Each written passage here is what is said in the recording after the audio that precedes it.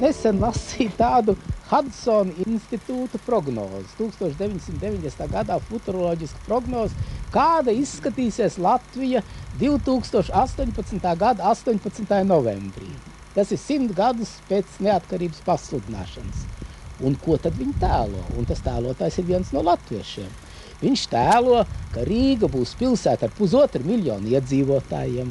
Viņu vidū būs 200,000 ķīniešu, 150,000 indusu, vārdu sakot, apmēram kādi, tur samērā mērens skaitlis būs 200,000 krievu, tad nēģeri būs, vārdu sakot, tad būs liela uzpludināta Rīga, neietilps savās robežās, būs liela Daugavas grīvā iepludināta, vārdu sakot, tāda mākslīga sēkļi, uz kuriem cels debesskrāpji, un tajos debesskrāpjos būs kaut kādi kantori, lai tirgotos, lai realizētu starpniecību ar Krieviju, un tam līdzīgi, vārdu sakot, jā, un būs Jelgavas lauksaimniecības akadēmija, milzīgs centrs, kuros mācīsies 100 līdz 200,000 studenti, kas sagatavos lauksaimniecības specialists Āfrikā.